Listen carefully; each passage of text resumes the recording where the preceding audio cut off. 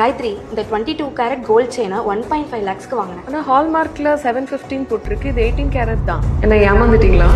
நீங்களும் இப்படி ஏமாறாம இருக்க கோல்ட் ரேட் எப்படி கால்குலேட் பண்ணுன்றது சிம்பிளா சொல்றேன். இந்த வீடியோவை சேவ் பண்ணிக்கோங்க. ஃபர்ஸ்ட் பியூரிட்டி கால்குலேட் பண்ணும். 12ஓட ஹால்மார்க் நம்பர் தான் ரியல் பியூரிட்டி. 715னா 75% தான் பியூர் கோல்டு, அது 18 கேரட். இது உங்களுக்கு தெரியாதுன்னா இந்த சார்ட்டை ஸ்கிரீன்ஷாட் பண்ணிக்கோங்க. ஸோ இப்போ இந்த செயினோட வெயிட் 20 கிராம்ஸ்னா அதுல 75% தான் gold, which means only 15 grams தான் ஆக்சுவல் கோல்டு. இப்போ அந்த நாளோட 24 கேரட் கோல்ட் ரேட் என்னன்றதை செக் பண்ணுங்க. இன்னைக்கு 24 கேரட்டோட கோல்ட் ரேட் 15,990. இப்போ இந்த 15 கிராம்ஸ் இன்டூ 15,990 இதை கால்குலேட் பண்ணா 2,40,000 போல வரும். இதுதான் அந்த செயினோட ஆக்சுவல் வேல்யூ. இதுக்கு மேல GST and making charges add பண்ணா உங்களுக்கு ஃபைனல் பிரைஸ் கிடைச்சிடும். நிறைய பேர் பண்ற தப்பு 20 கிராம்ஸ் ஆஃப் ஜுவல்லரி வாங்கினா அந்த 20 கிராம்ஸும் கோல்டுன்னு நினைக்கிறது. பட் ரியாலிட்டியில பியூரிட்டி கம்மினா ஆக்சுவல் கோல்டு வேல்யூவும் கம்மி தான். கோல்டு ஒரு இன்வெஸ்ட்மெண்ட் தான், ஆனா அதை கரெக்டா பண்றோமான்னு பார்த்து